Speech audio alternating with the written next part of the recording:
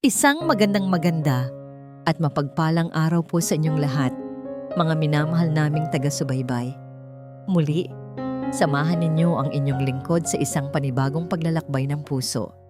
Isang kwentong susubok sa ating pananaw tungkol sa pagpapatawad at pag-ibig.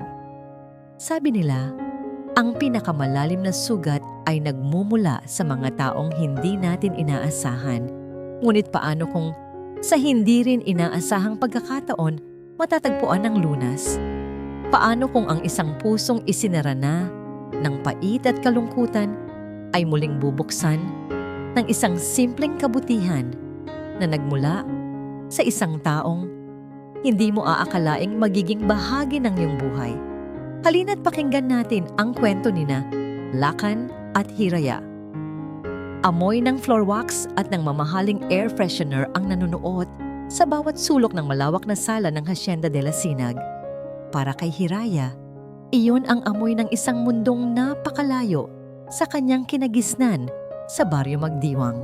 Bawat kuskus niya ng basahan sa nagniningning na sahig na gawa sa nara ay isang paalala ng bigat ng responsibilidad na nakapatong sa kanyang mga balikat.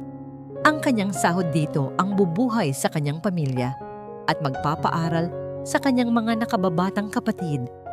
Kaya't kailangan niyang pagbutihin. Kailangan niyang maging halos invisible. Isang anino na gumagalaw lamang para maglinis at magayos. Ngunit sa bawat araw na lumilipas, may isang bagay na laging kumukuha sa kanyang atensyon. Isang maliit na figura na tila bahagi na rin ng mamahaling palamuti sa hardin. Si Amihan Dalisay. Mula sa salaming dingding ng sala, tanaw na tanaw ni Hiraya ang 3 taong gulang na bata. Laging mag-isang nakaupo sa isang bench sa ilalim ng puno ng kalachuchi, yakap-yakap ang isang manika na halatang lumana. Hindi ito nagsasalita, hindi ito tumatawa, hindi man lang itong ngumingiti. Isa itong magandang anghel na naputulan ng pakpak at ninakawan ng tinig. At sa tuwing nakikita siya ni Hiraya, may kung anong kirot siyang nararamdaman sa kanyang dibdib. Isang pakiramdam ng pagkaawa at isang hindi maipaliwanag na pagnanais na lapitan ito at sabihing, "Nandito ako." Ngayong hapon, habang abala ang lahat sa kani-kanilang gawain, hindi na napigilan ni Hiraya ang sarili. Dahan-dahan niyang inilapag ang basahan. Ang trabaho ay maaaring maghintay. Ang isang malungkot na bata ay hindi. Maingat siyang lumabas patungo sa hardin. Pumitas siya ng isang matingkad na pulang gumamela mula sa halamanan. Dahan-dahan siyang lumapit sa kinaroroonan ni Amihan. Hindi siya umupo sa tabi nito. Sa halip, lumuhod siya sa damuhan sa harap ng bata. Ipinantay ang kanyang mukha sa munting anghel. "Hi, Ami." Mahinang bati niya. Isang ngiti ang idinikit sa kanyang mga labi. Walang naging reaksyon ng bata. Ang mga mata nito ay nanatiling nakatitig sa kawalan. Hindi sumuko si Hiraya. Itinaas niya ang bulaklak. "Tingnan mo, ang ganda," sabi niya. "Para sa'yo." Inilagay niya ang gumamela sa likod ng tainga ng bata. Pagkatapos, gamit ang 2 kamay, tinakpan niya ang kanyang mukha. "Nasaan si Ate Hira?" tanong niya sa masayang tono. Pagkatapos ay bigla niyang inalis ang kanyang mga kamay. Bulaga! Wala pa ring epekto. Inulit niya ito at inulit muli. Sa ika-4 na pagkakataon, nang sabihin niya ang bulaga, may napansin siyang kakaiba. Isang bahagyang paggalaw sa gilid ng mga labi ni Amihan. Isang kislap, kahit saglit lang, sa walang buhay nitong mga mata. Isang multo ng isang nanangiti. Napuno ng pag-asa ang puso ni Hiraya. Ito na yon. Ito na ang simula. Nilaro niya muli ito. Mas masigla. Mamasya. "Bulaga, huli ka." At sa pagkakataong yon, isang mahinang tunog ang lumabas sa bibig ni Amihan. Hindi isang salita, kundi isang mahinang paghikbi na parang pagtawa. Napaiyak sa tuwa si Hiraya. Niyakap niya ang sariling mga tuhod. Sa wakas, Sa wakas, mayroon ng liwanag. Anong ginagawa mo? Ang boses na yon ay malamig, matigas, puno ng kapangyarihan. Para itong isang malaking tipak ng yelo na biglang ibinagsak sa mainit na sandali nilang yon. Agad na pabitaw si Hiraya sa pagkakayakap sa sarili at mabilis na napatayo. Nanlaki ang kanyang mga mata nang makita kung sino ang nagsalita. Si Don Lacan Dalisay, ang amo niya, ang hari ng hasyendang ito. Nakatayo siya sa may pintuan ng hardin. Ang kanyang mamahaling leather shoes ay tila gustong yurakan ng lupa. Ang kanyang mga mata ay nag-aapoy sa galit. "Sir," nanginginig na sabi ni Hiraya, "hindi ba't ang trabaho mo ay maglinis sa loob?" Tanong ni Lacan. Bawat salita ay mabigat at may diin. Lumakad siya palapit. Ang bawat hakbang ay tila isang dagok sa dibdib ni Hiraya. "O binabayaran kita para maglaro at magsayang ng oras?" "Hindi po, sir. Nakita ko lang po si Amihan." "Huwag mong banggitin ang pangalan ng anak ko." Putol ni Lacan sa kanya. Ang boses ay mas lalong bumaba at naging mas mapanganib. Tiningnan niya si Hiraya mula ulo hanggang paa na para bang isa itong basura na nakakalat sa kanyang perpektong hardin. "Sino ka sa tingin mo? Isa ka lang katulong. Trabaho mo ang maglinis ng dumi, hindi ang makialam sa pamilya ko." Ang bawat salita ay isang sampal. Naramdaman ni Hiraya ang pag-init ng kanyang mga pisngi, ang pamumuo ng luha sa kanyang mga mata. Gusto niyang magpaliwanag, ngunit tila may bumara sa kanyang lalamunan. Humugot si Lacan ng wallet mula sa kanyang bulsa. Kumuha siya ng ilang libong piso at walang awang inihagis ang mga ito sa sahig sa may paanan ni Hiraya. Ang ilan sa mga papel na pera ay nabasa sa mamasa-masang lupa. "Ayan ang sahod mo," malamig niyang sabi. "Hindi ko kailangan ng mga tamad at pakialamerang katulad mo dito. Umalis ka na." Napatitig si Hiraya sa mga perang nakakalat sa lupa. Ang perang kailangan niya para sa kanyang pamilya, ngayon ay simbolo ng kanyang kahihiyan. Nanginginig ang kanyang mga kamay.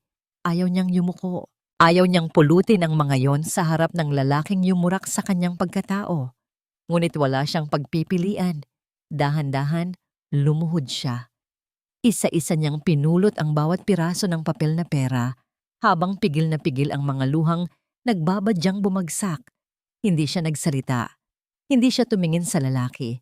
Matapos pulutin ang huling piraso, tumayo siya at walang lingon-likod na naglakad palayo sa hardin, palayo sa Hacienda de la Sinag, dala ang durog na puso at ang bigat ng isang kahihiyang hinding-hindi niya malilimutan. Mayroong isang uri ng katahimikan na sumisigaw, at sa gabing iyon, ang katahimikang bumalot sa opisina ni Lacan Dalisay ay nakabibingi. Sa kanyang kamay, hawak niya ang isang baso ng mamahaling brandy. Ang kulay amber na likido ay sumasayaw habang marahan niyang iniikot ito. Sa labas, ang hardin ay muling naging payapa. Wala na ang babaeng katulong. Wala nang istorbo. Isang pakiramdam ng kasiyahan, isang hungkag at malamig na kasiyahan, ang unang gumapang sa kanyang sistema. Nagawa niya ang tama. Ipinakita niya kung sino ang nagmamando. Ang Hacienda de la Sinag ay ang kanyang kaharian at ang kanyang mga patakaran ang batas. Ang kaayusan ang pinakamahalaga sa lahat. Kaayusan ang magpoprotekta sa kanyang anak mula sa magulong mundo sa labas. Ang kanyang mga mata ay napako sa isang silver-framed na litrato sa ibabaw ng kanyang mesa. Ang nakangiting mukha ni Celeste, ang kanyang yumaong asawa. Maganda, puno ng buhay, at ngayon, isang masakit na alaala na lamang. "Pinoprotektahan ko lang siya, Celeste." Bulong ni Lacan sa hangin na para bang kausap ang litrato. "Hindi ko hahayaang may mangyari ulit. Hindi ko hahayaang may makapanakit sa kanya." Ang bawat salita ay isang panunumpa, isang pagtatangka na bigyang katwiran ng bigat na biglang bumabalot sa kanyang puso. Ang galit niya kanina ay unti-unting napapalitan ng isang pamilyar na kalungkutan. Palagi itong ganito. Ang galit ang kanyang kalasag, ngunit sa ilalim nito, ang laging nag-aabang ay ang walang katapusang lungkot. Isang mahinang katok sa pinto ang pumutol sa kanyang pag-iisip. Sir Lacan, handa na po ang hapunan. Boses iyon ni Ginang Diwa, ang matandang kasambahay na nagsilbi sa pamilyang Dalisay bago pa man siya ipanganak. Hindi ako gutom. Tugon niya. Hindi inaalis ang tingin sa litrato. Bumukas ang pinto. Pumasok si Ginang Diwa, dala ang isang tray na may lamang pagkain. Inilapag niya ito sa maliit na mesa sa gilid. Hindi siya umalis. Nanatili siyang nakatayo. Ang kanyang presensya ay tahimik ngunit mabigat. Ano pa ang kailangan mo? Inis na tanong ni Lacan. Wala po, sir. Mahinahong sagot ng matanda. Nais ko lang pong sabihin na nagkamali po yata kayo sa ginawa ninyo kanina kay Hiraya. Napahigpit ang hawak ni Lacan sa kanyang baso. At sino ka para sabihin sa akin kung ano ang tama at mali sa sarili kong pamamahay? Hindi na tinagsigi ng Diwa ang kanyang mga mata na nakakita na ng maraming taon at maraming lihim sa loob ng bahay na yon ay puno ng isang malungkot na karunungan. Dahil nakita ko po ang hindi ninyo nakita kaninang hapon bago kayo dumating. Masaya po si Amihan. Natawa ng mapakla si Lacan. Masaya? Diwa, ang anak ko ay hindi na alam kung paano maging masaya. Nagkakamali po kayo, sir. Nakita ko siyang ngumiti. Isang totoong nangiti. At matapos ninyong paalisin si Hiraya, umiyak po siya. Tahimik lang. Pero kitang-kita ko ang pagpatak ng kanyang mga luha. At mula noon, hindi na niya binitiwan ang bulaklak na ibinigay sa kanya ng dalaga. Ang puso ni Lacan ay nagsimulang kumabog ng mas mabilis. Isang malamig na kaba ang gumapang sa kanyang likuran. Lahat ng bata umiiyak. Huwag mong bigyan ng ibang kahulugan. Huminga ng malalim si Ginang Diwa. Tila nag-iipon ng lakas para sa kanyang huling sasabihin. At may sinabi po siya. Doon natigilan si Lacan. Ibinaling niya ang kanyang buong atensyon sa matanda. Ano? Nang pumasok kami sa loob, hinahanap niya si Hiraya. Lumapit siya sa bintana, itinuro ang hardin at tumingin sa akin. At may salitang lumabas sa kanyang bibig. Ang boses ni Ginang Diwa ay bahagyang nanginig. Isang salita lang po, Sir Lacan. Pagkatapos ng 2 taong pananahimik, nagsalita po ang apo ninyo. Napatayo si Lacan. Ang baso ng brandy ay halos mabitawan niya. Anong sinabi niya? Diwa, sabihin mo sa akin. Anong sinabi niya? Tumingin ng diretso si Ginang Diwa sa mga mata ng kanyang amo. Ang sabi niya, Hira, para siyang sinakal. Ang hangin sa loob ng marangyang opisina ay biglang naging napakabigat. At ang bawat salitang binitiwan niya kanina kay Hiraya, tamad, pakialamera, katulong, ay bumalik para sampalin siya ng paulit-ulit. Walang salitang lumabas sa bibig ni Lacan. Mabilis siyang lumabas ng opisina, halos takbuhin niya ang pasilyo patungo sa silid ng kanyang anak. Doon, nakita niya si Amihan, nakaupo sa kama, yakap pa rin ang manika. At sa maliit nitong kamay, mahigpit na hawak ang isang lanta ng pulang gumamela. Nang makita siya ng bata, ang mga mata nito ay napuno ng pag-asa at isang tunog ang muling kumawala sa mga labi nito. Hi, right mo? Gumuho ang mundo ni Lacan Dalisay. Ang galit, ang yabang, ang kalungkutan. Lahat ay natabunan ng isang nag-uumapaw na pagsisisi. Ang tinig na 2 taon niyang hinintay na marinig. Ang tinig na ipagdarasal niyang maibalik kahit kapalit pa ng lahat ng kanyang yaman ay bumalik. At ang unang salitang binigkas nito ay ang pangalan ng babaeng kanyang hinamak, iwinaksi at itinapon palayo. Hindi niya pinansin ang biglang pagbuhos ng malakas na ulan sa labas. Hindi niya pinansin ang pagtawag ni Ginang Diwa. Kumari pa siya ng takbo palabas ng bahay, patungo sa garahe. Ang bawat patak ng ulan ay tila latigo sa kanyang balat. Binuksan niya ang pinto ng sasakyan kung nasaan ang kanyang driver na nag-aabang. Sumigaw siya. Ang kanyang boses ay basag at puno ng isang desperasyong ngayon niya lang naramdaman sa buong buhay niya. Hanapin mo siya! Hanapin mo siya ngayon din! Ang mamahaling Mercedes-Benz nila Candalisay ay tila isang alien na sasakyan na napadpad sa ibang planeta. Dito sa Baryo Magdiwang, kung saan ang mga eskinita ay masikip at ang mga bahay ay dikit-dikit na parang mga posporo sa loob ng kahon, ang kanyang sasakyan ay isang marangyang insulto.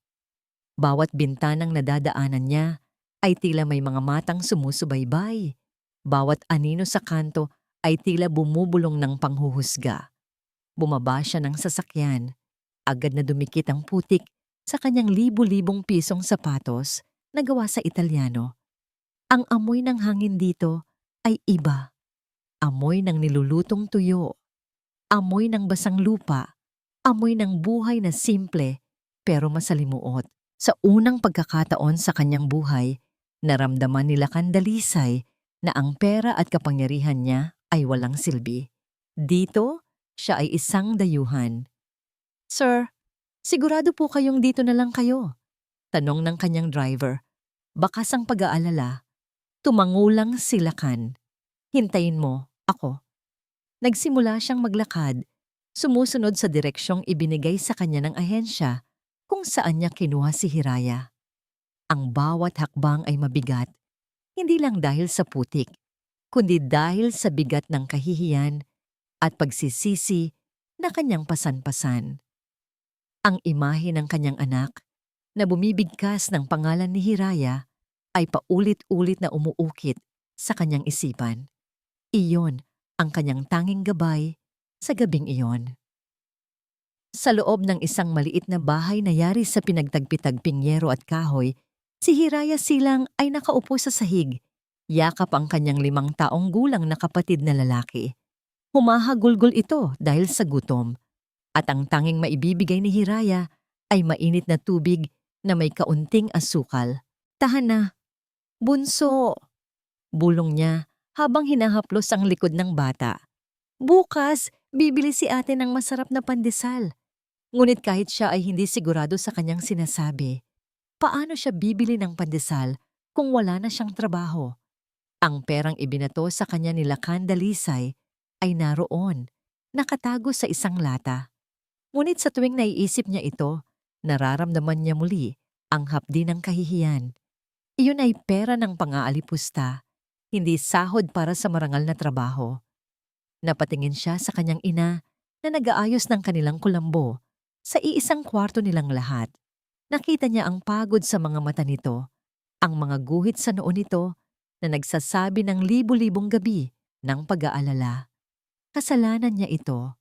Kung sana ay nanahimik na lang siya sa isang tabi.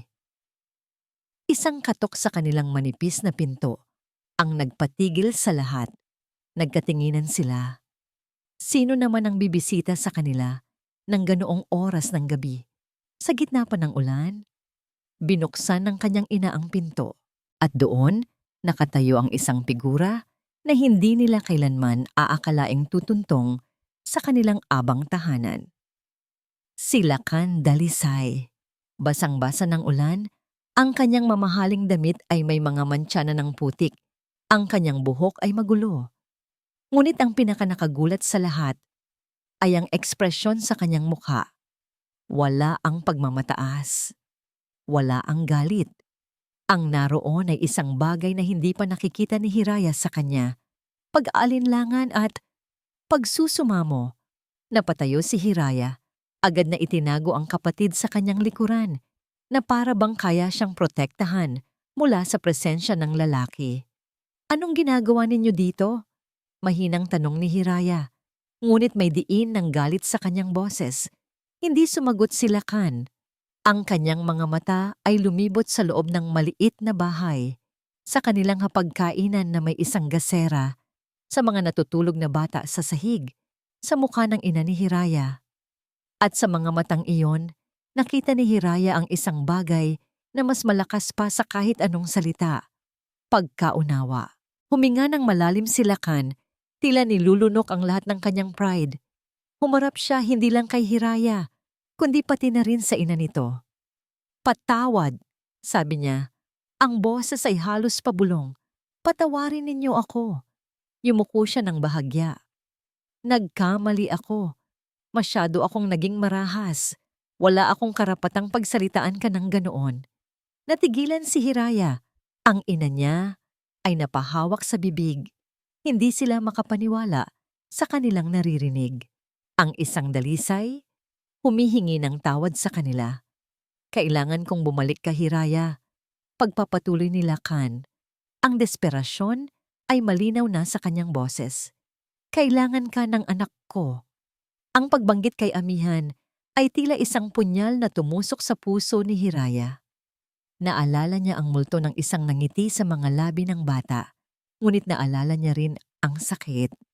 "Binayaran na po ninyo ako," malamig na tugon ni Hiraya, "at pinalayas ninyo ako. Alam ko, at babawiin ko ang lahat ng yon." Lumapit si Lakan ng isang hakbang. "Sabihin mo ang gusto mo, kahit ano. Dodoblehin ko ang sahod mo? Triple? Sabihin mo lang." Umiling si Hiraya. Isang tapang na hindi niya alam, nataglay niya ang biglang bumuhos sa kanyang pagkatao. Tumingin siya sa kanyang mga kapatid, sa kanyang ina. Sila ang kanyang lakas.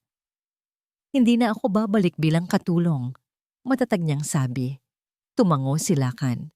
"Hindi.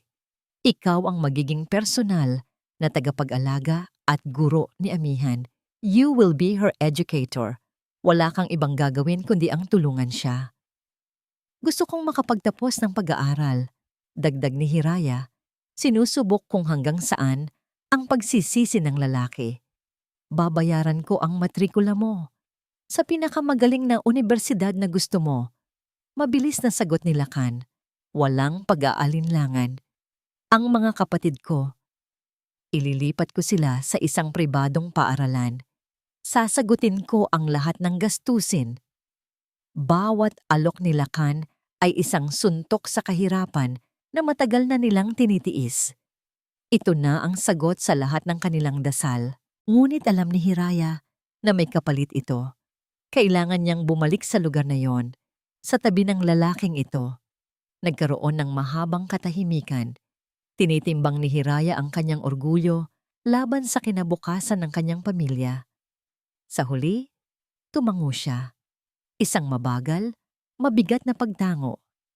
Nakahinga ng maluwag si Lakan. Isang ngiti ng tagumpay ang muntik nang gumuhit sa kanyang labi. Ngunit pinigilan niya ito.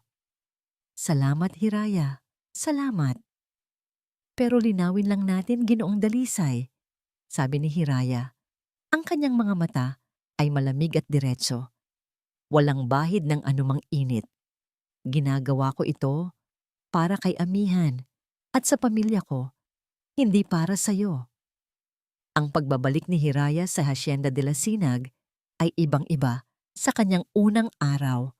Wala na ang uniforme ng katulong.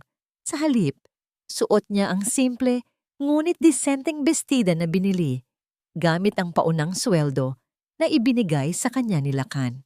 Ang kanyang mga gamit ay hindi na nakalagay sa isang lumang bag, kundi sa isang bagong maleta na ipinadala rin ng Don. At higit sa lahat, ang kanyang kwarto ay hindi na ang maliit na silid sa likod bahay, kundi isang maayos na guest room na katabi ng silid ni Amihan. Lahat ay nagbago.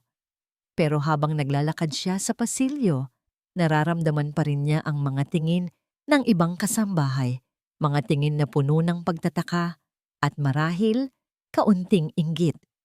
Mula sa isang hamak na tagalinis, ngayon ay isa na siyang educator. Isang salitang banyaga sa kanyang pandinig, ngunit isang titulong nagbibigay sa kanya ng kapangyarihan at proteksyon. Ngunit ang pinakamahalaga sa lahat ay ang muling pagkikita nila. ni Amihan.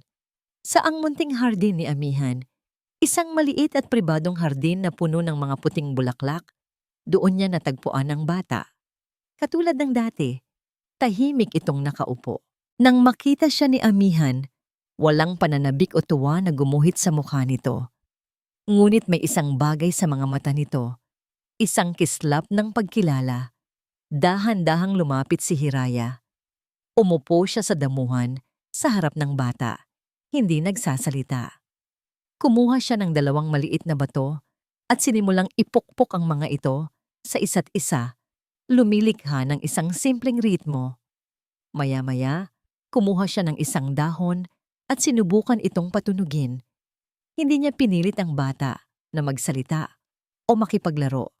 Hahayaan niya itong manggaling mismo kay Amihan. At hindi siya nabigo. Makalipas ang ilang minuto, dahan-dahang iniabot ni Amihan ang kamay at kinuha ang isang bato mula kay Hiraya. Giniya niya ito. At sa unang pagkakataon, sabay nilang pinatunog ang mga bato, lumilikha ng kanilang sariling musika sa gitna ng katahimikan. Isang maliit na ngiti ang sumilay sa labi ni Hiraya. Ito ang simula. Isang mabagal, ngunit siguradong simula. Ang payapang sandaling iyon ay biglang binasag ng isang boses. So it's true, the maid is back. Ang boses ay matamis, ngunit may nakatagong lason. Nilingon ni Hiraya ang pinanggalingan nito. Isang babaeng nakasuot ng eleganteng puting bestida at malaking sombrero ang papalapit sa kanila. Ang kanyang muka ay perpekto, tila inukit ng isang dalubhasang iskultor, ngunit ang kanyang mga mata ay matalim at mapanuri. Ito si Beatrice, ang nakababatang kapatid ng yumaong si Celeste. And you must be Hiraya. Pagpapatuloy ni Beatrice, ang kanyang mga labi ay nakangiti, ngunit ang kanyang mga mata ay hindi. Inilahad niya ang kamay na may mamahaling singsing. I'm Beatrice, Celeste's sister, Amihan's tita. Sadyang idiniin niya ang bawat titulo. Isang paraan ng pagpapakilala kung sino ang mas may karapatan sa lugar na yon. Nag-aalangang tinanggap ni Hiraya ang kamay nito. Hiraya silang po. Ikinagagalak ko po kayong makilala. Oh, please drop the po. We're not that formal here. Sabi ni Beatrice, kahit na ang buong kilos niya ay sumisigaw ng formalidad. Lacan told me he hired you to be Amihan's... What was that word again? Educator? How fascinating. Binitawan ni Beatrice ang kamay ni Hiraya at binalingan si Amihan. Hello, my sweet angel. Tita Beatrice missed you. Ngunit ang bata ay yumakap lang sa binti ni Hiraya. Tila naghahanap ng kanlungan. Isang inis ang dumaan sa mga mata ni Beatrice, ngunit mabilis niya itong pinalitan ng isang pekeng ngiti. Mukhang napalapit na agad sa iyo ang pamangkin ko. You must have some kind of magic. Tumingin siyang muli kay Hiraya. Or perhaps, it's the kind of magic that ambitious young girls from the province usually have. Ramdam ni Hiraya ang insulto. Hindi ito diretsahan, ngunit malinaw pa sa sikat ng araw. Mahal ko lang po ang mga bata.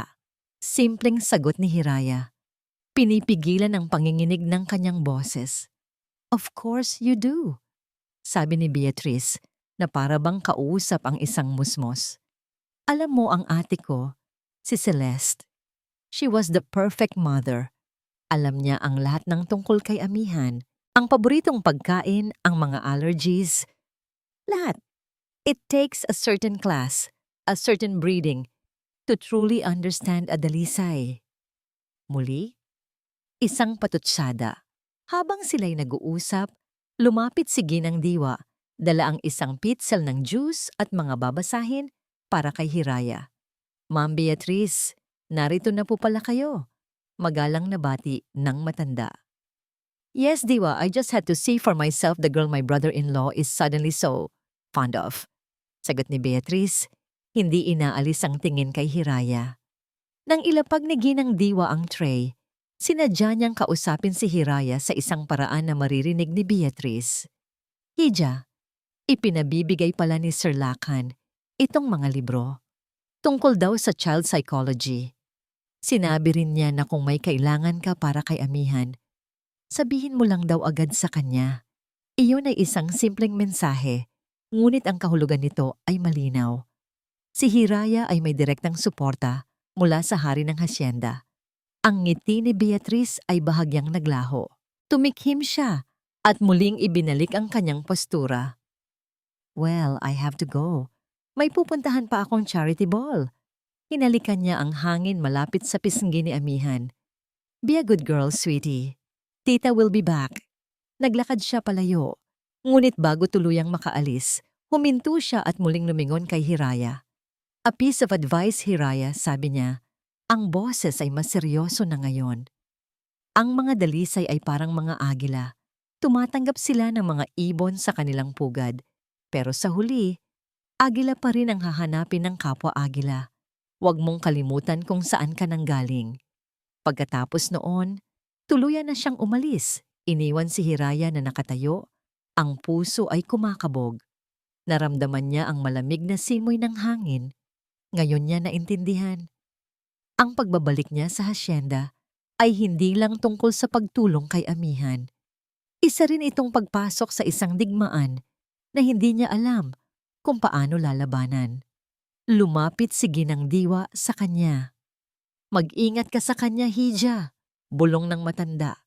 Ang anino ni Ma'am Celeste ay mahaba. At si Ma'am Beatrice ang laging nagpapaalala sa lahat ng aninong yon. Para kay Lakan Dalisay, ang mga nakalipas na linggo ay isang paglalakbay sa isang pamilyar, ngunit bagong teritoryo. Ang Hacienda de la Sinag ay ang kanyang tahanan, ngunit ngayon, mayroon itong ibang kulay, ibang tunog. Ang katahimikan ay hindi na kasing bigat ng dati. Paminsan-minsan, napapalitan ito ng tunog ng mahinang pagtawa o ng tunog ng isang kantang pambata na nagmumula sa hardin. At sa sentro ng lahat ng pagbabagong ito ay si Hiraya. Mula sa bintana ng kanyang opisina na dati-rati nagsisilbing kanyang tore ng kalungkutan, ngayon ay isa ng observation deck. Palihim niyang pinapanood ang bawat kilos ng dalaga kasama ang kanyang anak. Hindi niya ito inuutusan. Hindi niya ito tinatanong. Nagmamasid lang siya. Isang tahimik na saksi sa mga himalang unti-unting nagaganap. Nakikita niya kung paano gumawa si Hiraya ng mga munting manika mula sa mga dahon ng saging at mga patpat. Pinapangalanan nila ang mga ito. At kahit walang boses na lumalabas kay Amihan, kitang-kita sa mga mata ng bata ang partisipasyon nito sa kwento. Nakikita niya kung paano sila magtanim ng mga buto ng mirasol sa isang maliit na paso. Isang pangako ng pag-asa na sabay nilang aalagaan. May isang hapon, habang nagbabasa siya ng mga report, narinig niya ang boses ni Hiraya na nagkukwento. Hindi niya napigilan ang sarili. Dahan-dahan siyang tumayo at sumilip sa bahagyang nakabukas na pinto ng kanyang opisina na tanaw ang munting hardin. Doon, nakaupo sa damuhan sina Hiraya at Amihan. Mayroon silang aklat na puno ng mga larawan ng hayop. Ito, sabi ni Hiraya. Itinuturo ang larawan ng isang aso. Ang sabi niya, Arf! Arf! Siya si Mr. Doggy. Tumingin siya kay Amihan. Kaya mo bang sabihin, Ami? Arf? Umiling lang ang bata, ngunit may ngiti sa mga labi. Okay lang, nakangiting sabi ni Hiraya. Ito naman, itinuro niya ang pusa. Ang sabi niya, Meow! Meow! Siya si Miss Kitty. Pinagpatuloy niya ito, ang baka, ang ibon, ang baboy. Bawat hayop ay may kasamang tunog at isang masayang kwento. Si Lakan, na nakatayo sa anino, ay napangiti ng hindi namamalayan. Kailan ang huling beses nang ngumiti siya ng ganito? Isang ngiti na hindi pilit. Isang ngiti na nagmumula sa isang lugar sa kanyang puso na akala niya ay matagal nang namatay. Pagkatapos ng kwentuhan, naglabas si Hiraya ng isang maliit at makulay na bola. Inilagay niya ito sa damuhan, mga ilang talampakan ng layo mula sa kanila. "Wow, Ami, tingnan mo ang bola," masayang sabi ni Hiraya. "Gusto mo ba siyang kunin?" Tumingin si Amihan sa bola, pagkatapos ay kay Hiraya. Ang mga mata nito ay nagpapahayag ng pagnanais, ngunit ang katawan ay tila natatakot. Mula nang mangyari ang aksidente, si Amihan ay bihirang maglakad ng mag-isa. Palagi siyang kailangang akayin o buhatin, kaya mo yan. Pag-eengganyo ni Hiraya, ang kanyang boses ay malambing ngunit puno ng kumpiyansa. Dahan-dahan lang, isang hakbang. Pagkatapos, isa pa.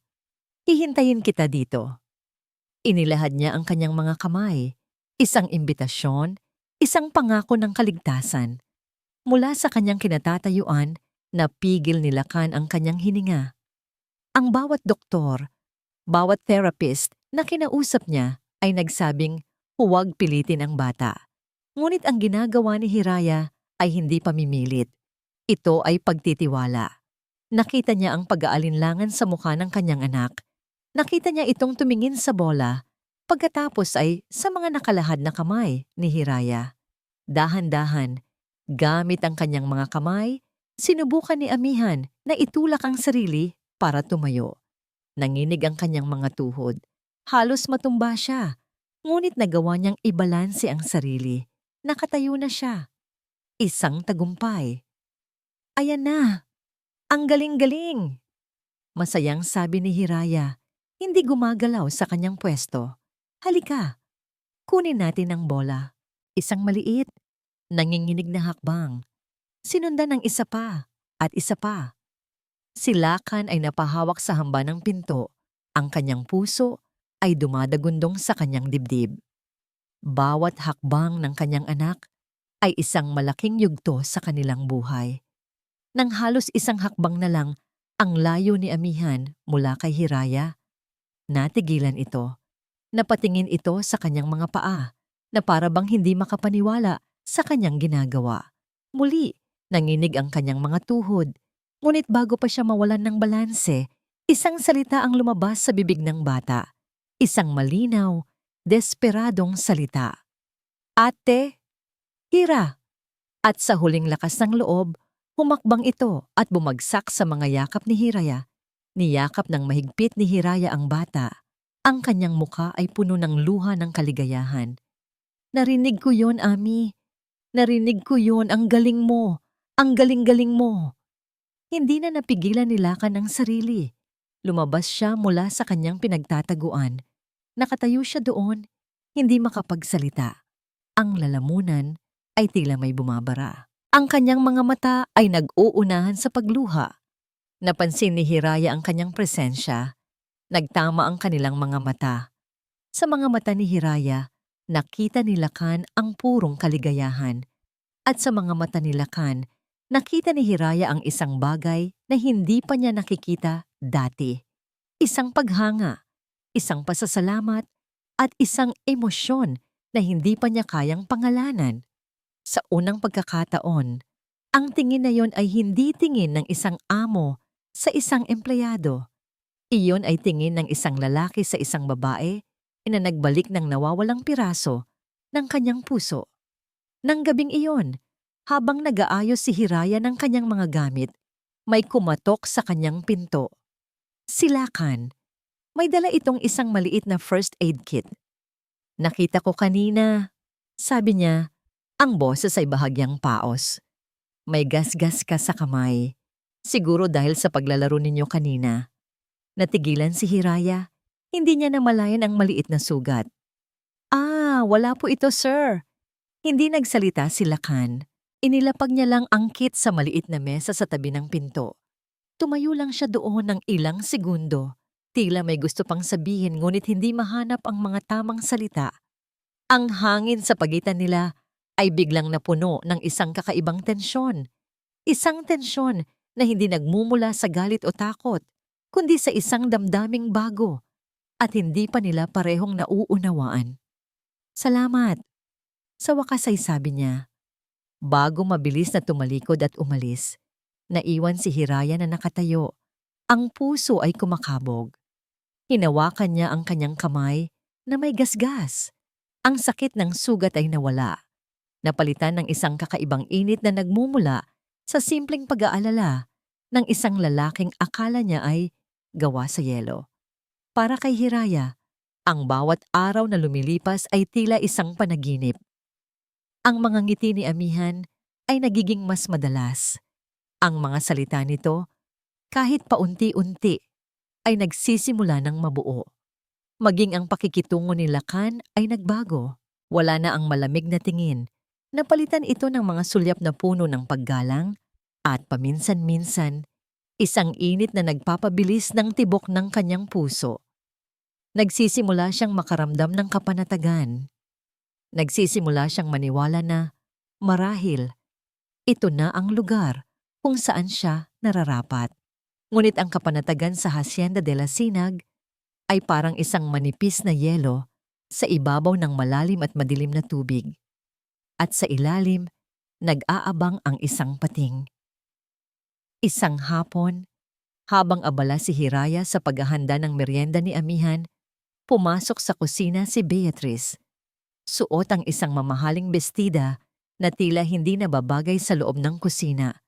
Ngumiti ito ng napakatamis. Hiraya, darling, anong inihahanda mo para sa aking anghel? Tanong niya. Ang boses ay parang pulot-pukyutan. Smoothie po, Ma'am Beatrice. Nakangiting sagot ni Hiraya. Saging, gatas at kaunting honey. Paborito po ni Ami. Oh, that sounds lovely, sabi ni Beatrice, habang palihim na sinusuri ang bawat sangkap sa lamesa. You know, Amihan has a very sensitive stomach. Just like her mother, kailangan mong maging extra maingat. Opo naman po, sagot ni Hiraya, habang isinasalin ang smoothie sa isang training cup. Tinitiyak ko po na laging malinis at sariwa ang lahat. I'm sure you do. Lumapit si Beatrice. Let me help. Kinuha niya ang baso. Alam mo, may secret ingredient si Celeste dati. A tiny pinch of crushed almonds. It's good for the brain, you know. Habang nagsasalita si Beatrice, abala si Hiraya sa pagliligpit ng blender. At sa saglit na pagtalikod ni Hiraya, may ginawa si Beatrice. Gamit ang kanyang perpektong manicure na kuko, may kinuha siyang kaunting pulbos mula sa isang maliit na locket na nakasabit sa kanyang kwintas at mabilis na inihulog ito sa inumin. Hindi ito almendras. Ito ay isang bagay na iba. Isang bagay na alam niyang magdudulot ng bahagyang reaksyon sa balat ng bata. Hindi na kamamatay, ngunit sapat na para maghasik ng takot at pagdududa. Ayan, sabi ni Beatrice, habang iniaabot ang baso kay Hiraya. Perfect. I'm sure she'll love it. Walang kamalay-malay, dinala ni Hiraya ang merienda sa hardin kung saan naglalaro si Amihan. Tuwang-tuwang ininom ng bata ang smoothie. Lahat ay tila perpekto. Makalipas ang kalahating oras, nagsimula ang bangungot. Ate Hira, Kati, sabi ni Amihan, habang kinakamot ang kanyang braso. Napatingin si Hiraya at nanlaki ang kanyang mga mata. May maliliit at mapupulang pantal na nagsisimulang lumitaw sa balat ng bata. Mabilis itong kumakalat. Diyos ko! Natarantang sabi ni Hiraya. Binuhat niya si Amihan at mabilis na tumakbo papasok ng bahay. Tulong kang niya magkuulong. Ginang diwa. Sakto namang pababaan ng hagdan si Lakan. Katatapos lang ng isang business call. Nang makita niya ang kalagayan ng anak, ang kanyang mukha ay agad na nabalot ng takot. Isang takot na pamilyar sa kanya. Ang takot na naramdaman niya sa ospital nung araw na yon. Anong nangyari? Sigaw niya habang mabilis na kinukuha si Amihan mula kay Hiraya. Hindi ko po alam, sir. Bigla na lang po siyang nagkaroon ng pantal. Nanginginig na sagot ni Hiraya. Mula sa kung saan, biglang lumitaw si Beatrice. Ang muka ay puno ng pagkukunwaring pag-aalala. Oh my God! Amihan, baby! What happened? Tumingin siya kay Lakan. Ang mga mata ay nanlalaki. Lakan, It's an allergic reaction. Tawagin ninyo ang doktor. Now! Ang salitang allergic reaction ay tila isang bomba na sumabog sa pandinig ni Lacan. Ang kanyang isipan ay bumalik sa mga alaala ng kanyang asawa, sa mga babala ng doktor, sa kanyang sariling kapabayaan. Anong ipinainom mo sa kanya? Baling ni Lacan, kay Hiraya, ang boses ay mababa at puno ng panganib. Sa smoothie lang po, saging at gatas. Saging at gatas lang? Pumasok sa eksena si Beatrice. Ang boses ay puno ng akusasyon. Are you sure, Hiraya? Dahil kanina, nakita kitang naglalagay ng kung ano sa blender. It looked like nuts. Alam mo ba na ang pamilyang Dalisay ay may history ng nut allergy? Wala po akong inilagay na mani. Depensa ni Hiraya, ang luha ay nagsisimula nang mamuo sa kanyang mga mata. Si Ma'am Beatrice po ang... Ako? Putol ni Beatrice, ang boses ay umarte na tila nasasaktan. Pinagbibintangan mo ako? Hiraya, I was just trying to help. Bakit ko naman sasaktan ang sarili kong pamangkin? Tumingin siya kay Lacan. Ang mga mata ay puno ng luha. Lacan, I warned you. Sinabi ko sa'yo na mag-ingat. How can you trust a stranger with our precious amihan? Isang dalagang galing sa kung saan na walang alam sa mga bagay na ito. Tingnan mo ang ginawa niya. This is exactly how Celeste.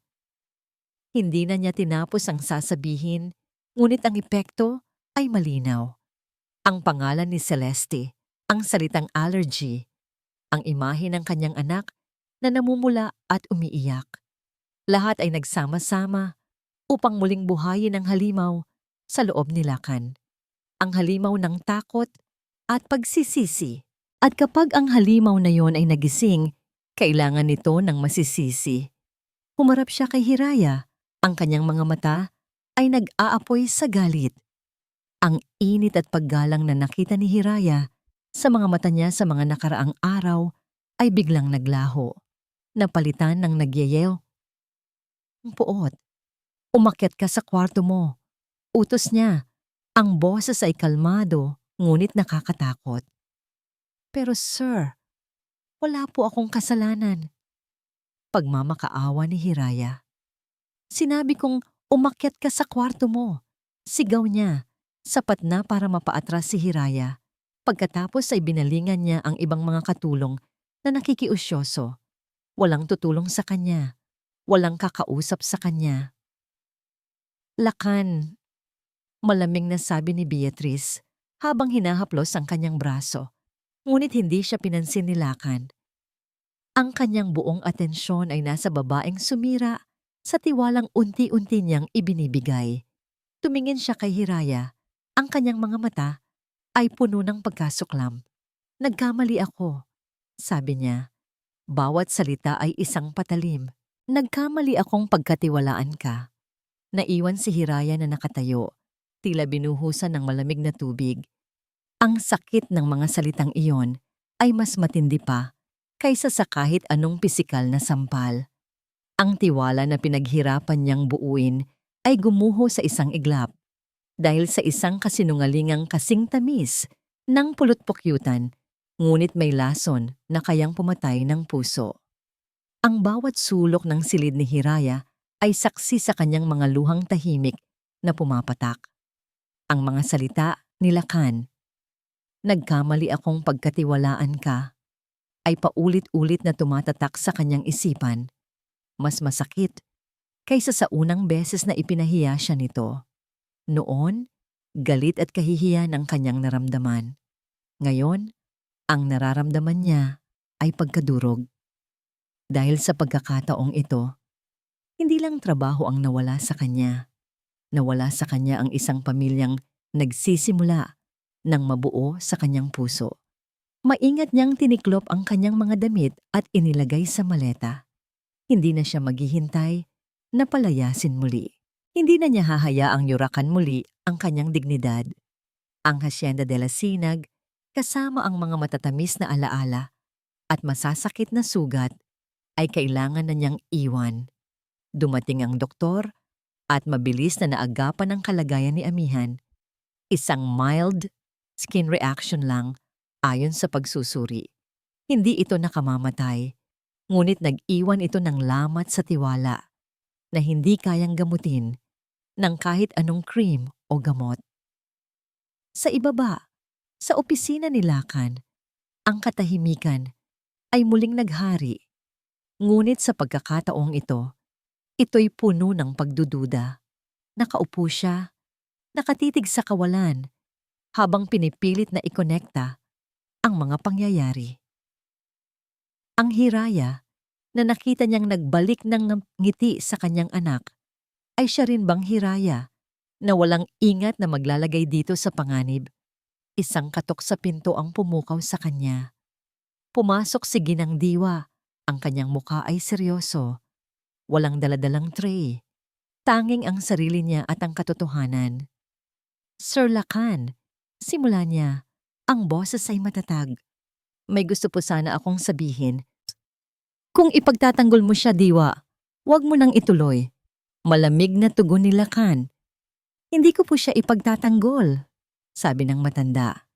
Ipapakita ko lang po sa inyo ang katotohanan. Inilapag niya ang isang maliit na tablet sa mesa ni Lakan. Ang hardin po ay may CCTV. Para sa seguridad ni Amihan, pinindot niya ang play button. Sa screen, nakita ni Lakan ang eksena kaninang hapon. Nakita niya ang paghahanda ni Hiraya. At nakita niya, sa isang anggulo na hindi nakikita ng dalaga, ang mabilis na pagkilos ni Beatrice, ang pagbukas ng locket, ang paghulog ng pulbos, ang matamis ng ngiti pagkatapos.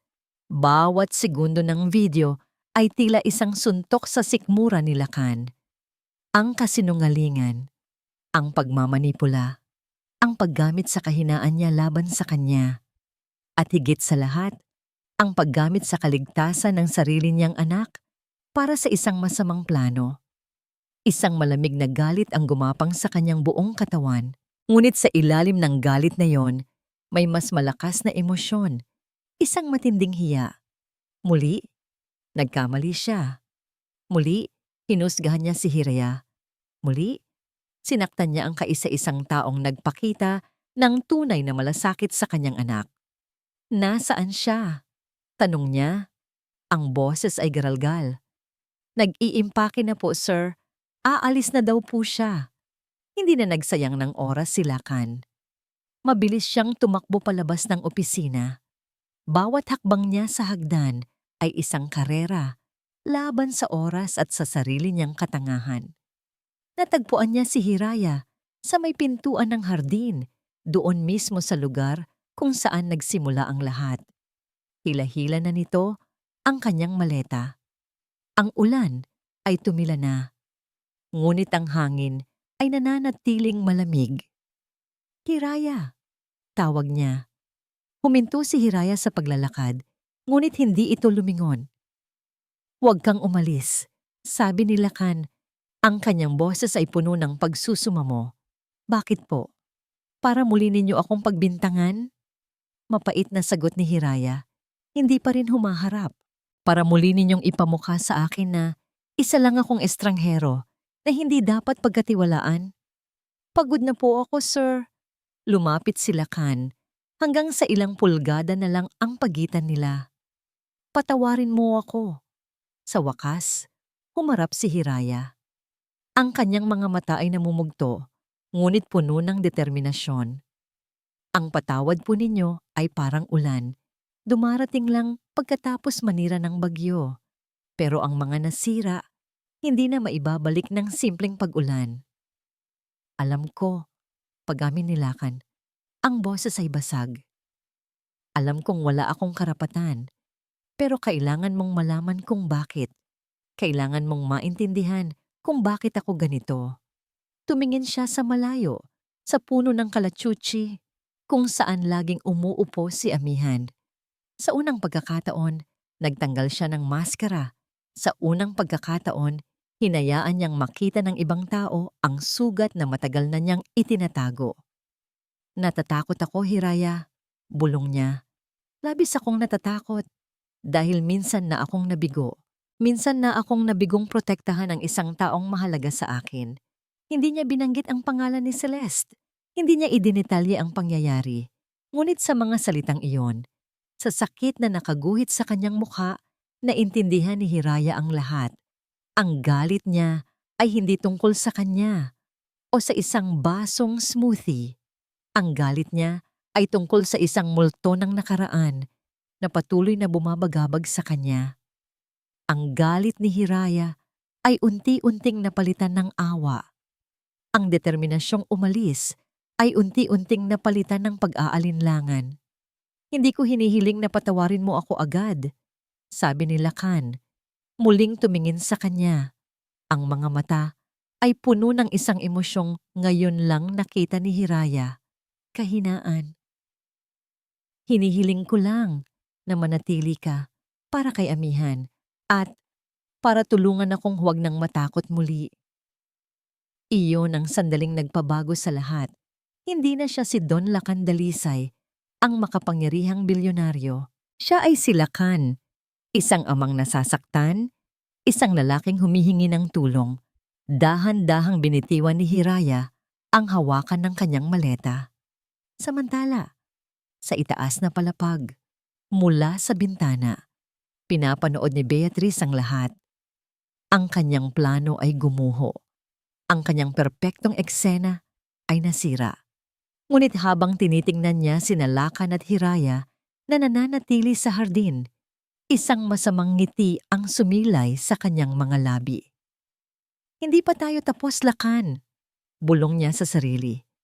Hindi mo pa alam ang buong katotohanan. At kapag nalaman mo, sisiguraduhin kong ang pipiliin mo ay ang pamilya, hindi ang katulong na yan. Ang gabi ay kumikinang sa Hacienda de la Sinag.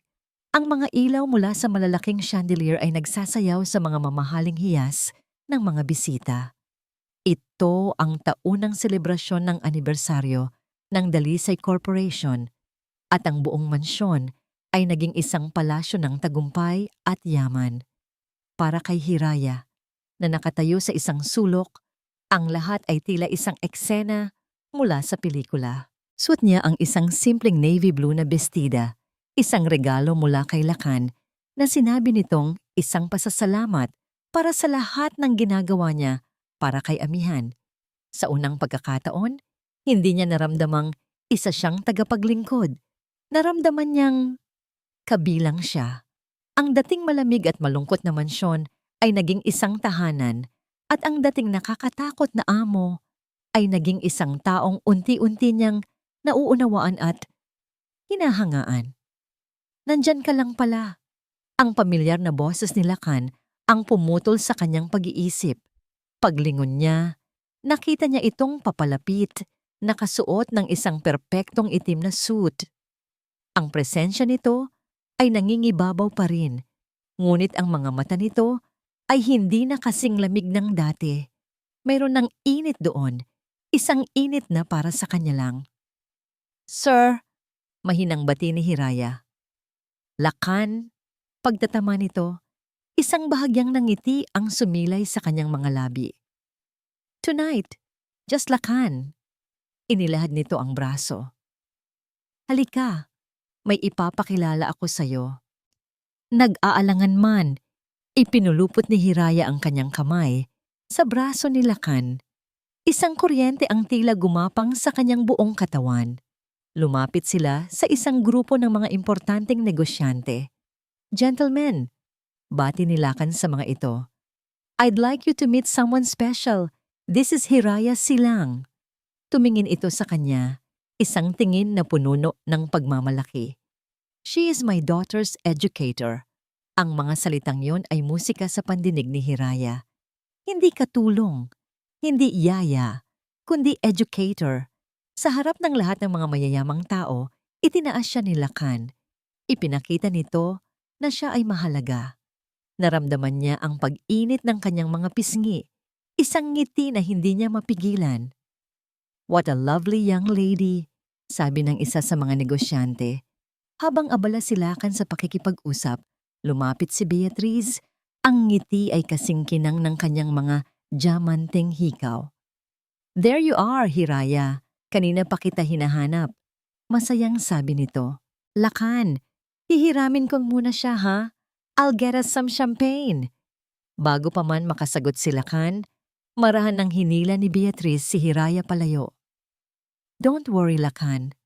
I'll take good care of her, sabi nito na may nakatagong kahulugan. Dinala siya ni Beatrice hindi sa main bar, kundi sa isang mas tahimik na bahagi ng bahay, malapit sa isang lanay na natatanaw ang hardin. Mayroon doong isang maliit na table na may mga inumin. Let's get some fresh air, sabi ni Beatrice habang inaabutan si Hiraya ng isang tray na may 2 kopita ng champagne. Hawakan mo muna ito, please. Habang hawak ni Hiraya ang tray, sadyang lumapit si Beatrice sa isang matandang babae na nakaupo sa dilim na tila nagpapahinga. Oh, Tita Elena, nandito po pala kayo. I didn't see you there. Ang lahat ay perpektong nakaarte. Beatrice, iha. Bati ng matanda. Ang ganda ng party. Sayang lang at wala na si Celeste para makita ito. Isang pekeng lungkot ang gumuhit sa mukha ni Beatrice. Lumapit siya sa matanda. Sinisiguradong nasa pandinig pa rin sila ni Hiraya. I know, tita. Gabi-gabi ko pa rin siyang naiisip. Lalo na ang mga huling sandali niya. Anong ibig mong sabihin? Tanong ng matanda. Huminga ng malalim si Beatrice. Ang boses ay naging isang dramatikong bulong. Walang nakakaalam nito, tita. Pero hindi talaga simpleng aksidente ang nangyari.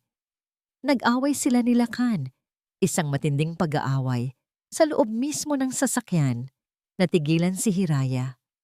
Ang kanyang mga kamay na may hawak sa tray ay nagsimulang manginig.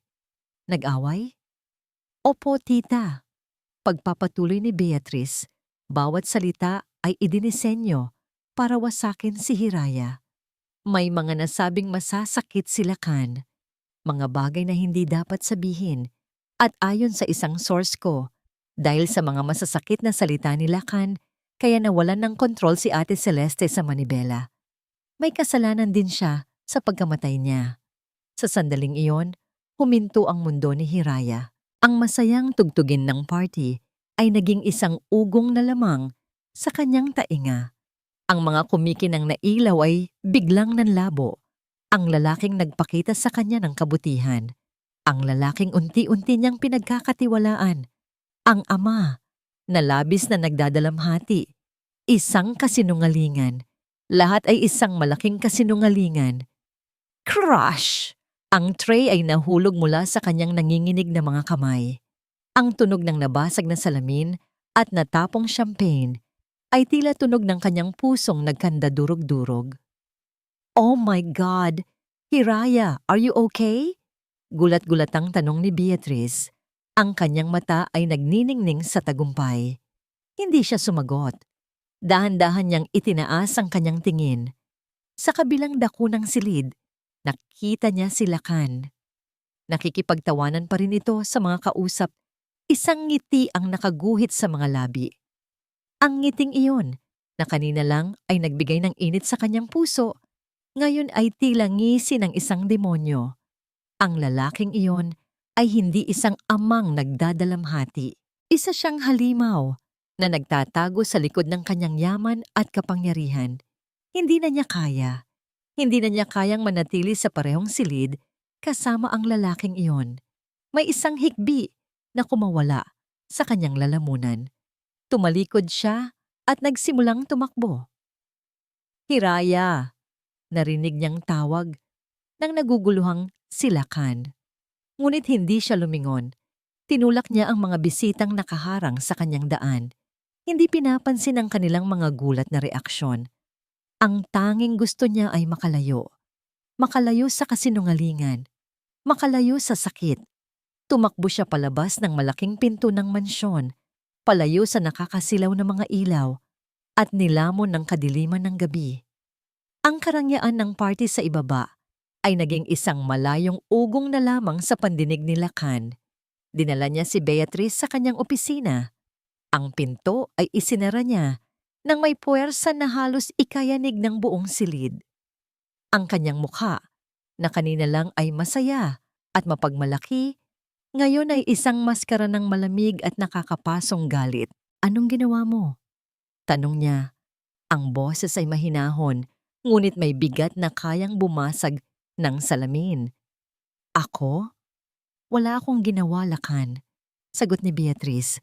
Sinubukang panatilihin ang kanyang pagkukunwaring inosente. Nag-uusap lang kami ni Tita Elena at bigla na lang siyang nag-react ng ganoon. Baka hindi niya kinaya "Wag mo akong gawing tanga, Beatrice." Sigaw ni Lakan. Hindi na napigilan ng sarili. Hinampas niya ang kanyang mesa. Ang tunog ay umalingaw-ngaw sa buong silid. Nakita ko ang ngiti mo. Nakita ko ang tagumpay sa mga mata mo habang tumatakbo siya palayo. Anong sinabi mo sa kanya? Ang pagkukunwari ni Beatrice ay unti-unting naglaho, napalitan ng isang mapait na pagtatapat. Sinabi ko lang naman ang totoo, sabi niya. May diin sa bawat salita. Ang totoo na pilit mong itinatago sa lahat. Na nag-away kayo ng ate ko bago siya mamatay. Na may kasalanan ka rin. Wala kang karapatan. Ako ang walang karapatan? Tumawa si Beatrice ng walang saya. Ako ang kapatid niya. Ako ang pamilya. At yung babaeng yun, sino siya? Isang hamak na katulong na ginamit ang anak mo para makuha ang loob mo. At ikaw naman, Lakan, nagpauto ka. Ipinagpalit mo ang alaala ng asawa mo sa isang ambisyosang babae na galing sa putik. Bawat salita ni Beatrice ay isang patalim, ngunit sa pagkakataong ito, hindi ito tumagos kay Lakan. Ang tanging nakikita niya ay ang mukha ni Hiraya. Ang sakit, ang pagkadismaya, ang pagkasuklam. Siya ang may gawa noon. Ang multo ng kanyang nakaraan, ang sumira sa kanilang nagsisimulang kinabukasan. Napaupo si Lakan sa kanyang silya, napasabunot sa sariling buhok. Wasak. Lahat ay wasak. Umalis ka na, Beatrice. Mahinang sabi niya. Walang lakas na makipagtalo pa. Umalis ka na sa pamamahay ko ni... Fine. Matigas na sagot ni Beatrice. Pero darating ang araw, Lakan, na marirealize mo na ako ang tama. Pamilya ang laging nananatili sa huli. Tumalikod siya at naglakad palabas. Ang bawat hakbang ay puno ng pagmamataas. Nang magsara ang pinto, ang bigat ng buong mundo ay tila bumagsak sa mga balikat ni Lakan.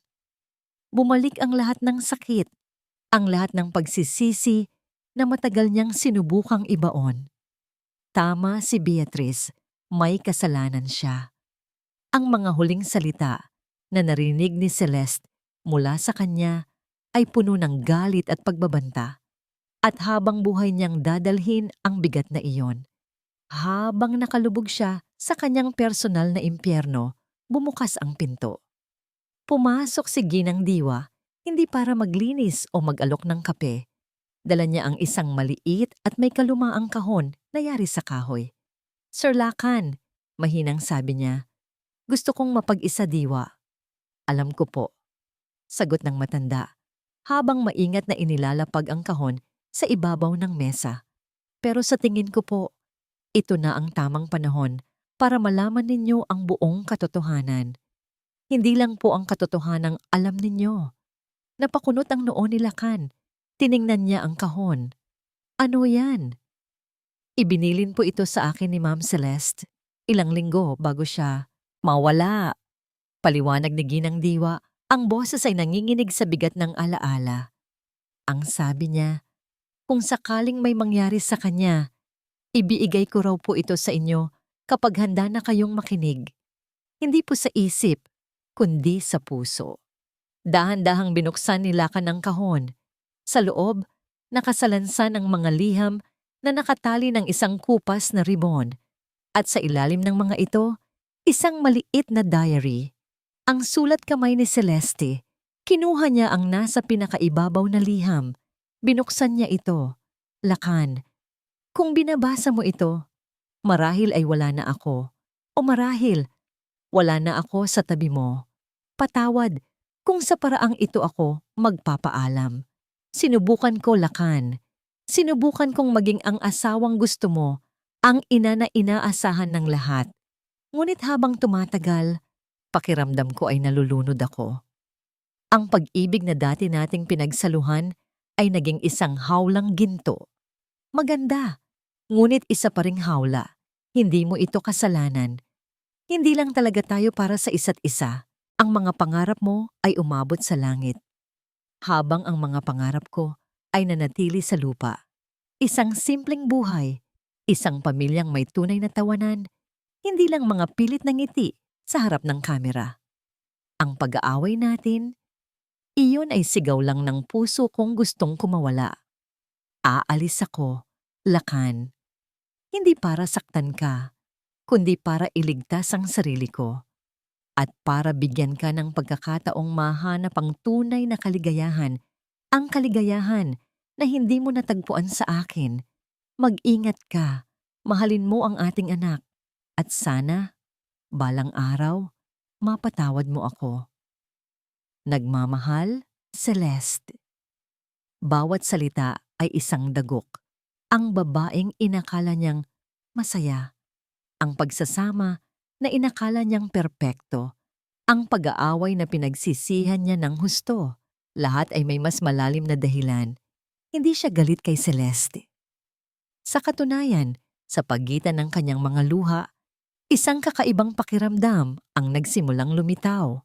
Paglaya, ang bigat na dinala niya sa loob ng 2 taon, ang bigat ng kasalanan na halos dumurog sa kanyang pagkatao, ay biglang gumaan.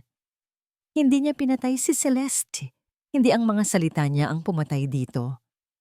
Ang pag-ibig nila ang matagal nang namatay at hindi niya lang ito nakita. Pinunasan niya ang kanyang mga luha. Ang pagkalito sa kanyang isipan ay napalitan ng isang malinaw na layunin. Ang sakit ay naroon pa rin, ngunit hindi na ito isang kadena. Isa na itong aral. Tumayo siya. Isang bagong determinasyon ang makikita sa kanyang mga mata. Humarap siya kay Ginang Diwa. Hanapin natin siya ulit. Sabi niya, ang boses ay kalmado at buo na. At sa pagkakataong ito, sasabihin ko sa kanya ang lahat. Ang terminal ng bus sa isang maliit na probinsya ay isang lugar ng mga paghihintay at pamamaalam. Ang hangin ay amoy basang alikabok at diesel. Dito, sa isang mahabang upuang gawa sa kahoy, nakaupo si Hiraya. Ang kanyang mga mata ay walang buhay, nakatitig sa kawalan, habang yakap-yakap ang kanyang sarili laban sa lamig ng papalalim na gabi. Wala siyang dalang bagahe, tanging ang sarili at ang basag na tiwala. Hindi niya alam kung saan siya pupunta. Ang tanging alam niya ay kailangan niyang lumayo. Bawat kilometrong layo mula sa Hacienda de la Sinag ay isang hakbang palayo sa sakit. Ngunit kahit gaano pa kalayo ang kanyang marating, ang alaala ng ngiti ni Lakan at ang bigat ng kasinungalingan nito ay tila nakatali sa kanyang puso. Ang mahinang ambon ay unti-unting naging isang malakas na buhos ng ulan na tila nakikidalamhati sa kanya. Ang tunog ng pagpatak nito sa yero ng terminal, ang tanging musika sa kanyang pag-iisa. Isang itim na sasakyan ang huminto sa tapat ng terminal. Sa una, hindi niya ito pinansin. Marahil ay isang mayaman na nagkakamaling napadpad sa lugar na yon. Ngunit nang bumukas ang pinto, isang pamilyar na figura ang bumaba. Walang payong at mabilis na tinahak ang ulan. Nanigas si Hiraya sa kanyang kinauupuan. Ang kanyang puso ay nagsimulang tumibok ng napakabilis, isang halo ng takot at galit. Si Lakan, natagpuan siya nito. Basang-basa, tumayo si Lakan sa harap niya. Ang tubig ulan ay tumutulo mula sa kanyang buhok, dumadaloy sa kanyang mukha na tila mga luha. Ang kanyang mamahaling suit ay lukot na. Wala na ang imahe ng makapangyarihang Don. Ang nasa harap niya ngayon ay isang lalaking pagod at basag. Hiraya, sabi niya. Ang boses ay halos hindi marinig sa lakas ng ulan. Hindi sumagot si Hiraya. Tumingin lang siya sa malayo, pinipigilan ang sariling mga luha. Alam ko, galit ka. Pagpapatuloy ni Lakan. At may karapatan ka. Hindi ako narito para magpaliwanag o para humingi ng tawad. Narito ako para sabihin sa iyo ang totoo, ang buong katotohanan.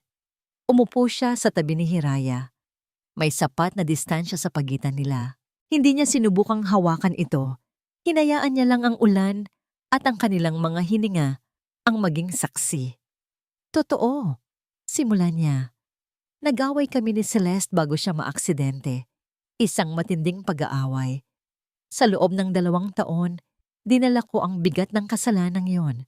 Sa loob ng 2 taon, sinisi ko ang sarili ko sa kanyang pagkamatay.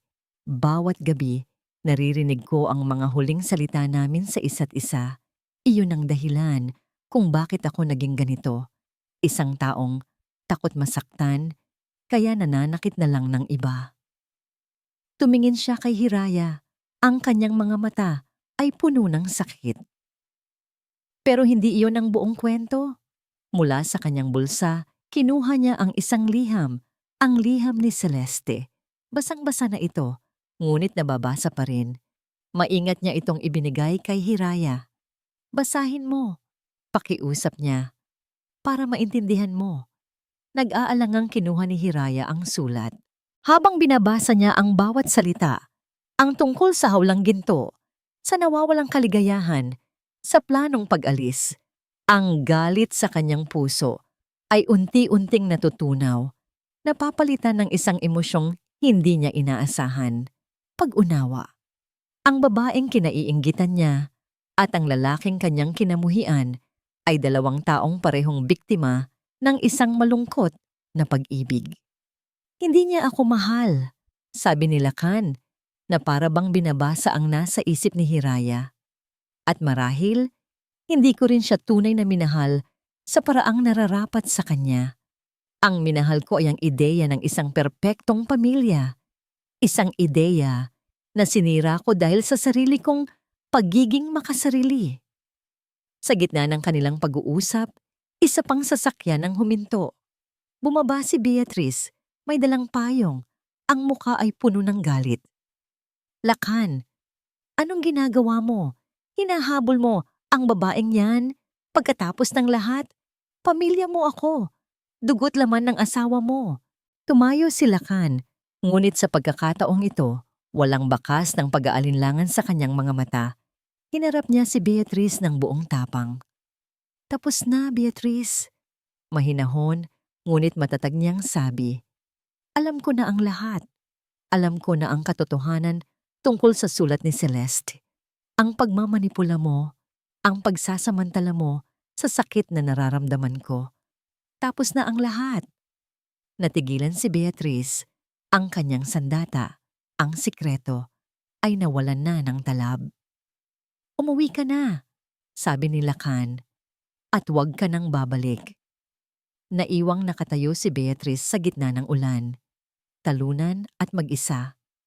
Walang salitang lumabas sa bibig niya. Tumalikod na lang siya at bumalik sa kanyang sasakyan. Muling bumalik si Lakan sa tabi ni Hiraya. Ang ulan ay nagsisimula na ng humina. Hindi ko hinihiling nakalimutan mo, Hiraya, sabi niya. Ang boses ay puno ng sinseridad. Ang sakit na naidulot ko, mananatili diyan. Ang hinihiling ko lang ay bigyan mo ako ng pagkakataong bumawi. Hindi bilang amo mo, kundi bilang isang tao. Bigyan mo kami ng pagkakataon na bumuo ng isang bagay na totoo mula sa lahat ng basag na piraso. Ang ulan ay tuluyan ng tumila. At sa paghawi ng madilim na ulap, isang bahagyang sinag ng buwan ang lumitaw, nagbibigay liwanag sa kanilang dalawa. Tumingin si Hiraya kay Lakan. Ang mga luhang kanina pa niya pinipigilan ay malaya ng dumaloy. Ngunit hindi na ito luha ng galit o sakit. Ito ay luha ng pagpapalaya. Itinaas niya ang kanyang kamay at marahang hinaplos ang basang pisngi ni Lakan. Isang simpleng haplos. Isang sagot na hindi na kailangan ng mga salita. Lumipas ang ilang buwan. Ang Hacienda de la Sinag ay humihinga na muli. Ang dating mabigat na katahimikan ay napalitan na ng mga tunog ng buhay. Ang sinag ng araw na pumapasok sa malalaking bintana ay tila may dala ng ngiti, hindi na anino ng kalungkutan. Sa malawak na dining hall, kung saan dati ay isang malungkot na bilyonaryo at isang tahimik na bata lamang ang kumakain, ngayon ay may 3 taong masayang nagsasalo-salo sa almusal. Papa, yung pancake ko po may smiley face. Masayang sabi ni Amihan habang itinuturo ang kanyang plato. Ang boses niya ay malinaw na at puno ng sigla ng isang batang muling natuklasan ang mundo. Ngumiti si Lakan, isang nangiting abot-tenga na madalas na ngayong makita sa kanyang mukha. Of course, kasi masaya tayo, di ba? Tumingin siya sa kaharap niya, kay Hiraya. Nagtama ang kanilang mga mata at sa isang tinging iyon, nagkaunawaan sila. Isang tingin na puno ng pasasalamat, pagmamahal, at ng pangako ng isang bagong simula. Tapos na ang panahon ng pagiging amo at empleyado. Ngayon, sila ay magkapareha. Sila ay isang pamilya. Isang umaga, habang tinutulungan ni Hiraya si Amihan sa pagguhit, isang sulat ang dumating para sa kanya. Galing ito sa isang kilalang unibersidad. Nanginginig ang kanyang mga kamay habang binubuksan ito. Nang mabasa niya ang mga salitang, "We are pleased to inform you that you have been accepted," napasigaw siya sa tuwa.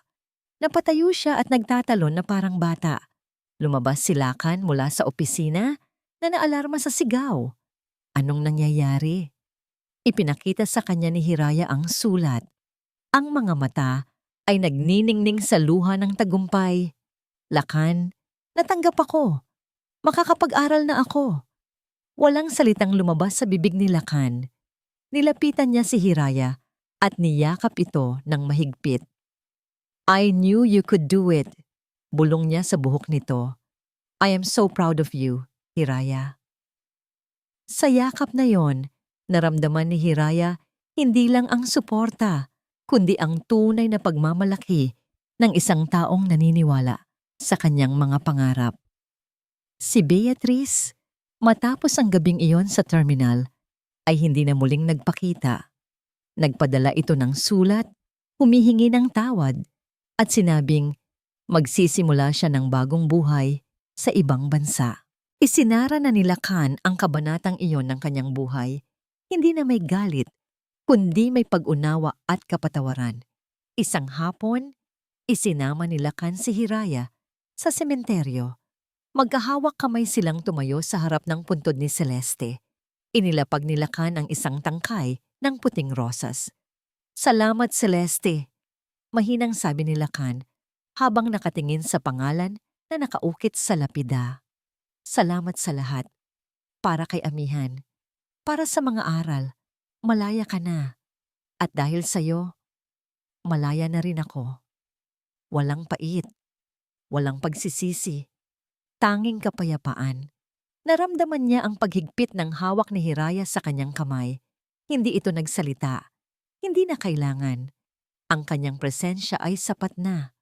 Nang papalubog na ang araw, dinala ni Lakan si Hiraya sa lugar kung saan nagsimula ang lahat, sa munting hardin ni Amihan. Ang kulay gintong sinag ng dapit hapon ay nagbibigay buhay sa mga bulaklak. Hiraya, simula ni Lakan. Ang boses ay bahagyang nanginginig. Dito sa hardin na ito, unang beses kitang nakita at unang beses din kitang sinaktan. Tumingin siya sa mga mata nito. Akala ko, ang kailangan ko lang ay maibalik ang boses ng anak ko. Pero hindi ko alam na ang kailangan ko pala ay isang taong magtuturo sa akin kung paano muling makinig sa tibok ng sarili kong puso. Binalik mo ang boses ni Amihan, oo. Pero ang totoo, Hiraya, binalik mo rin ang buhay sa akin. Mula sa likod ng mga halaman, dahan-dahang lumabas si Amihan. May dala itong isang maliit at pulang kahon. Ngumiti ito sa kanila at iniabot kay Lakan. Kinuha ni Lakan ng kahon, binuksan ito, at lumuhod sa harap ni Hiraya. Sa loob, isang simpleng singsing ang kumikinang. Hiraya silang, ikaw ang pangarap na hindi ko alam na kailangan kong abutin. Ikaw ang sagot sa mga dasal na hindi ko alam kung paano sisimulan. Papayag ka bang maging liwanag ng buhay namin habang buhay? Will you marry me? Sa pagitan ng kanyang mga luha, tumango si Hiraya. Oo, Lakan. Oo. Isinyuot ni Lakan ang singsing sa kanyang daliri.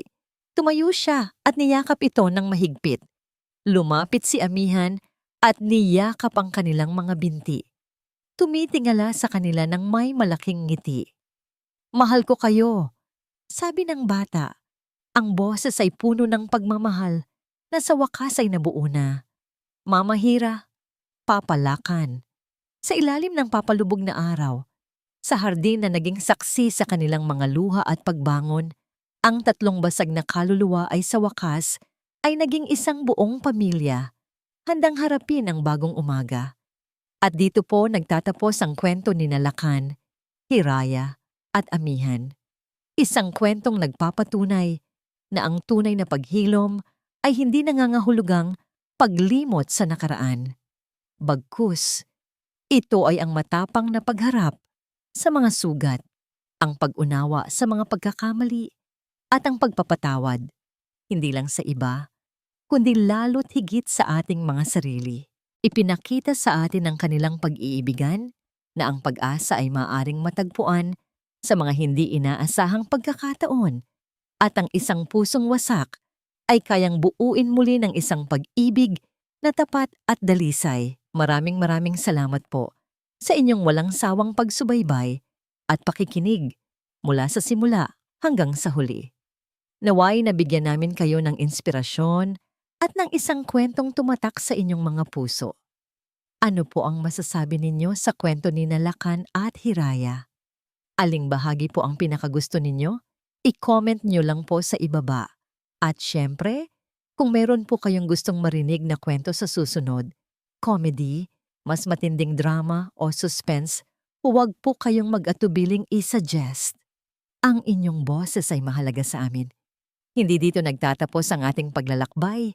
Marami pa pong kwentong kasing ganda at mas puno ng aral dito sa aming channel. Kung nagustuhan nyo ang kwentong ito, i-like, i-share sa pamilya at mga kaibigan, at mag-subscribe na rin para lagi kayong updated sa mga susunod pa naming kwento. I-click nyo ang notification bell para kayo ang unang makarinig kapag may bago kaming upload. Muli, mula po sa akin ang inyong lingkod na laging naghahatid ng mga kwentong puno ng puso. Maraming salamat po.